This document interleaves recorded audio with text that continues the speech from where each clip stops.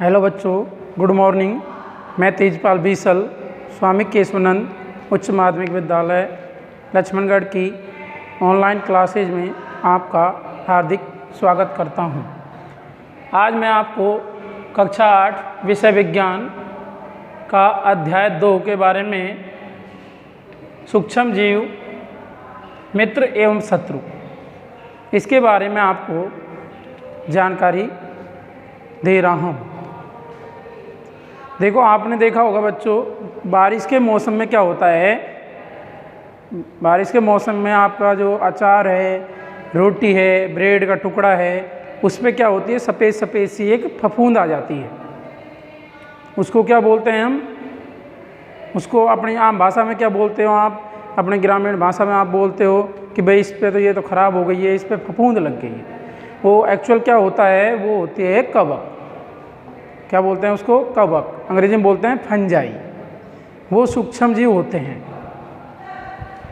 सूक्ष्म जीव मिट्टी, पानी, हवा, ये बहुत सारी जगह पाए जाते हैं। 1 ग्राम मिट्टी उठा लो आप। 1 ग्राम मिट्टी के अंदर 2.5 अरब जीवाणु होते हैं, जो हमको आंखों से तो नहीं देख सकते। सूक्ष्म जीव इतने छोटे होते हैं कि इन्हें आंखों से नहीं देखा जा सकता है। इन्हें सूक्ष्मदर्शी यंत्र की सहायता से देखा जाता है। 1 ग्राम मिट्टी के अंदर 2.5 अरब जीवाणु होते हैं।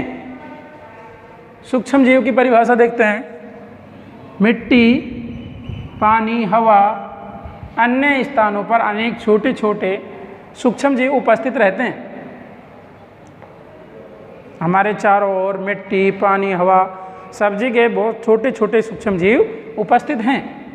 ये जीव इतने छोटे होते हैं कि उन्हें बिना यंत्र की सहायता से नहीं देखा जा सकता है। इन्हें सूक्ष्म जीव कहा जाता है। ऐसे जीव जिन्हें यंत्र की सहायता से नहीं देखा जा सकता है, उन्हें सूक्ष्म जीव कहते हैं। यानी उनको हम सूक्ष्मदर्शी यंत्र की सहायता से ही देख सकते हैं। सूक्ष्मदर्शी यंत्र ऐसा उपकरण जिसकी सहायता से सूक्ष्म जीवों को आसानी से देखा जा सकता है, सूक्ष्मदर्शी यंत्र कहलाता है।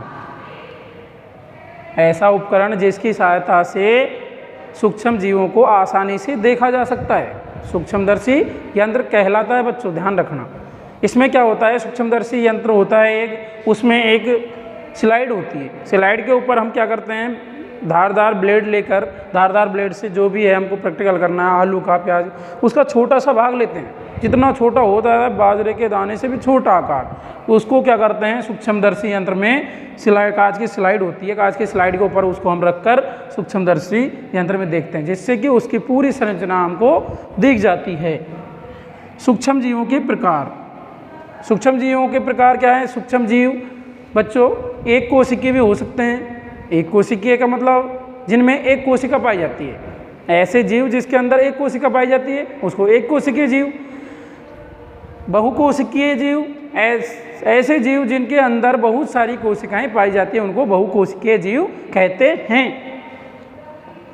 सूक्ष्म जीव के प्रकार देखो, सूक्ष्म जीव एक कोशिकीय अथवा बहुकोशिकीय दोनों रूपों में पाए जाते हैं। सूक्ष्म जीवों को मुख्य रूप से 4 भागों में बांटा गया है। जीवाणु,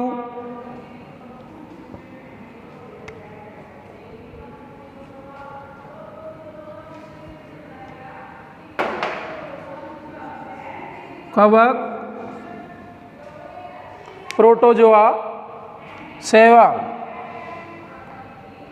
सूक्ष्म जीवों को मुख्य रूप से कितने भागों में बांटा गया है? 4 भागों में बांटा गया है। जीवाणु, कवक, प्रोटोजोआ, शैवाल। जीवाणु को अंग्रेजी में बैक्टीरिया भी बोलते हैं, कवक को फंजाई भी बोलते हैं, प्रोटोजोआ, शैवाल को एल्गी भी बोलते हैं अंग्रेजी में। ठीक है बच्चों।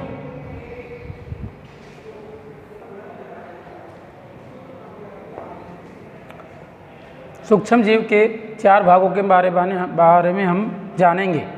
सूक्ष्म जीव के मुख्य 4 भाग होते हैं: जीवाणु, कवक, प्रोटोजोआ, शैवाल। जैसा कि मैं आपको जीवाणु को अंग्रेजी में बैक्टीरिया कहते हैं। कवक को अंग्रेजी में फंजाई बोलते हैं, प्रोटोजोआ को प्रोटोजोआ बोलते हैं, शैवाल को एल्गी बोलते हैं। ध्यान रखना बच्चों,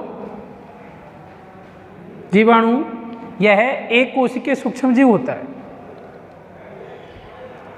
एक कोशिकीय सूक्ष्म जीव, जीवाणु के अंदर एक कोशिका पाई जाती है। जीवाणु हमारे आसपास लगभग सभी स्थानों पर पाए जाते हैं, मैंने आपको बताया है, लेकिन लगभग सभी स्थानों पर पाए जाते हैं, लेकिन हमको दिखाई नहीं देते हैं। वो दिखाई किसकी सहायता से देते हैं हम उनको? सूक्ष्मदर्शी यंत्र की सहायता से। उदाहरण है जीवाणु के ई कोलाई, लैक्टोबैसिलस आदि।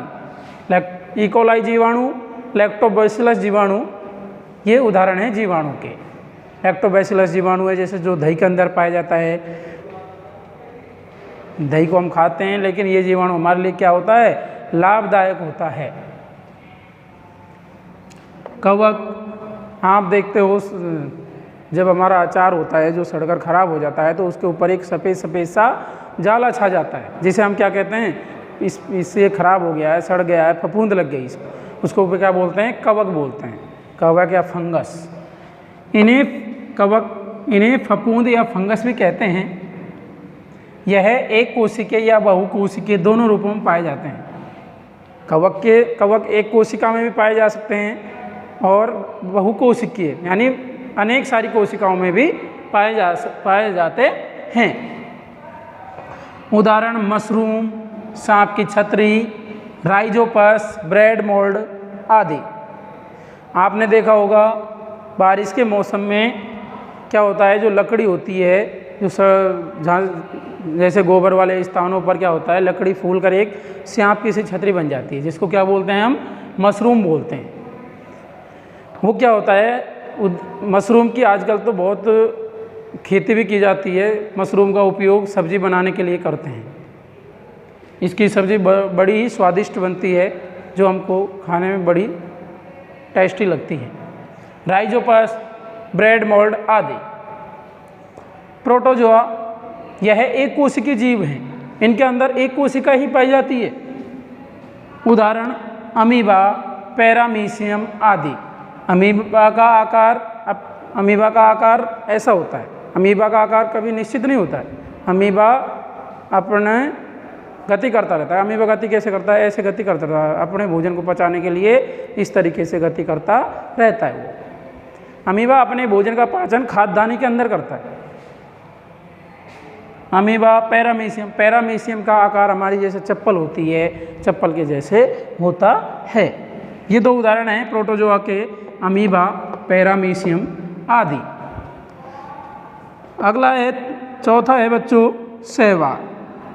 यह एक कोशिकीय या बहुकोशिकीय दोनों रूपों में पाया जाता है। शैवाल जो है हमारा, इसके अंदर एक कोशिका भी पाई जा सकती है, बहुत सारी कोशिकाएं पाई जा सकती हैं।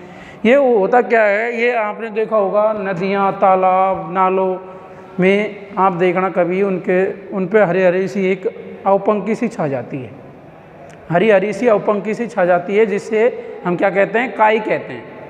आम भाषा में क्या बोलते हैं उसको? आप काई बोलते हो। इसमें काई लग गई है, लेकिन वो काई नहीं होता है, वो होता क्या है? शैवाल होता है। क्या होता है? शैवाल। शैवाल के बारे में जानेंगे। यह एक कोशिकीय या बहुकोशिकीय दोनों रूपों में पाई जाती है। शैवाल की उपस्थिति के कारण नदियों, तालाबों, नालों आदि का पानी हरा दिखाई देता है। आप देखना कभी शैवाल के कारण ही उनका कलर कैसे दिखाई देता है? हरा। नदी, तालाब, उनके अंदर क्या होता है? उनके जो ज़मीन की जो सतह होती है उस पर शैवाल इकट्ठा हो जाता है बहुत सारा, जिसके कारण हमको उसका कलर हरा दिखाई देता है। उदाहरण है स्पाइरोगायरा, यूलोथ्रिक्स, नील हरित शैवाल आदि।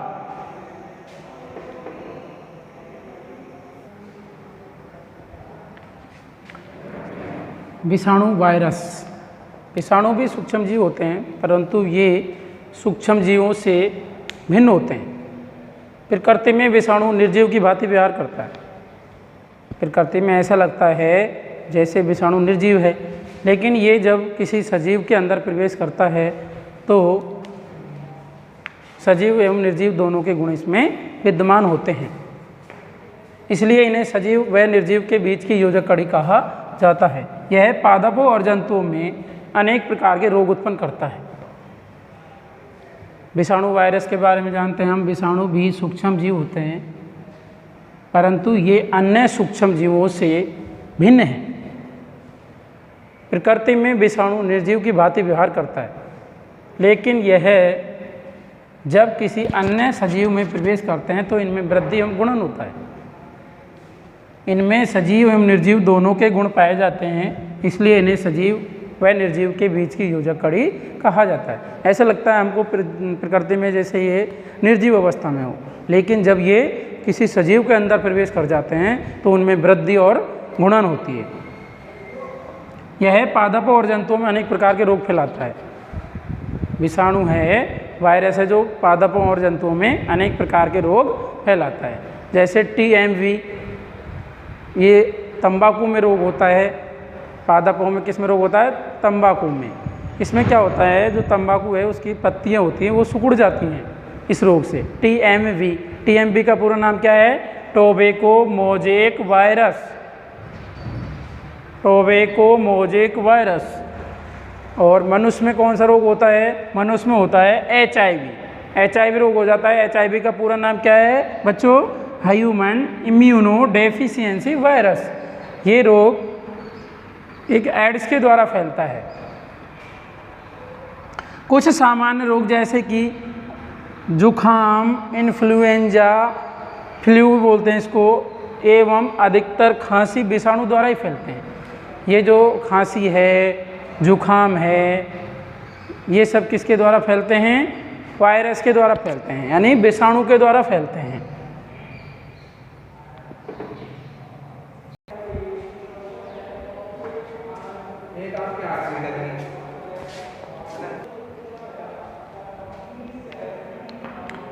सूक्ष्म जीव। हेलो बच्चों, आपके मन में ये सवाल चल रहा होगा कि सूक्ष्म जीव पाए कहाँ जाते हैं? सूक्ष्म जीव सर्वत्र पाए जाते हैं। सर्वत्र का मतलब सभी जगह पाए जाते हैं। यह अत्यंत विषम परिस्थितियों, अत्यंत विषम परिस्थिति कैसे होती है? जैसे बहुत ही बर्फीली ठंड होती है, बर्फीली बर्फ़ वाले स्थानों पर, या उष्ण बहुत गर्म स्थान होते हैं, वहाँ पर भी ये जीवित रहते हैं। ऐसा नहीं है कि भाई जी गर्म स्थानों पर ये भाई मर जाते हैं, ठंडे बर्फ़ है अत्यंत ठंडे स्थानों पर ये मर जाते हैं, ऐसा नहीं है। यह अत्यंत विषम परिस्थितियों जैसे बर्फीली शीत, अत्यंत ठंडे स्थानों तथा उष्ण जल स्रोतों, अत्यंत गर्म स्थानों में भी जीवित रह सकते हैं। यह मरुस्थल, जहाँ रेगिस्तान होता है, बहुत ही रेत होती है वहाँ पर रेगिस्तान में, एवं दलदल, जहाँ कीचड़ होती है। दलदल का मतलब क्या होता है? कीचड़। जैसे अपन ने पैर रखा और अपना पैर उसमें धंस गया, यह मरुस्थल एवं दलदल में भी पाए जाते हैं। यह मनुष्य सहित सभी जंतुओं के शरीर में भी पाए जाते हैं। ये ऐसा नहीं है कि भाई सूक्ष्म जीव मनुष्य में ही पाए जाते हैं, नहीं, ये सभी जंतुओं के शरीर में भी पाए जाते हैं। मित्रवत सूक्ष्म जीव हमारी सहायता कैसे करते हैं? दही, ब्रेड, केक आदि बनाने में, अल्कोहल, शराब बनाने में, औषधि व वैक्सीन आदि बनाने में। वैक्सीन का मतलब जो टीका, हमारे जो इंजेक्शन लगते हैं, टीका, जैसे फिलहाल कोरोना के टीके लग रहे हैं। मृदा की उर्वरता को बढ़ाने में, पर्यावरण को स्वच्छ रखने में ये सूक्ष्म जीव हमारी मित्रवत सहायता करते हैं। दही व ब्रेड व केक आदि बनाने में सूक्ष्म जीव हमारी मदद करते हैं। जैसे दही के अंदर लैक्टोबैसिलस जीवाणु होता है। जैसे हम क्या करते हैं, दूध में हम छाछ का एक थोड़ा सा जामन डाल देते हैं। जामन डालते हैं तो उसमें क्या होता है, वो दही हमारी जो दूध होता है वो जमकर तैयार हो जाता है। उससे क्या बन जाती है? दही बन जाती है। अल्कोहल जब हम बनाते हैं, अल्कोहल शराब के अंदर क्या होता है बच्चों? अल्कोहल होता है। अल्कोहल हम डालते हैं तो अल्कोहल में क्या होते हैं? सूक्ष्म जीव होते हैं। औषधि व वैक्सीन बनाने में, वैक्सीन का मतलब टीका लगता है जो बच्चों को,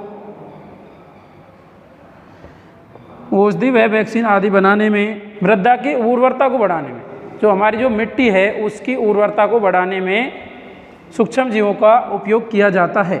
पर्यावरण को स्वच्छ रखने में भी सूक्ष्म जीव हमारी सहायता करते हैं। जैसे कोई भी हमारे आसपास कोई भी जानवर मर जाता है तो उसमें क्या होते हैं, तुमको देखा होगा आपने, उसमें जीवाणु बहुत सारे बैक्टीरिया उसके अंदर लग जाते हैं और उसका क्या करते हैं, वो अपघटन कर देते हैं। उसको कुछ ही दिनों के बाद क्या कर देते हैं, उसको खा जैसे ही उसमें बहुत सारे जीवाणु लग जाते हैं उसको अपघटन कर नष्ट कर देते हैं उसको। इस प्रकार से हमारे मित्रवत सूक्ष्म जीव हमारी सहायता करते हैं। तो मैं आशा करता हूँ बच्चों अध्याय 2 सूक्ष्म जीव मित्र एवं शत्रु आपके समझ में आया होगा। मैं आपको अगले दिन नेक्स्ट वीडियो में बताने जा रहा हूँ।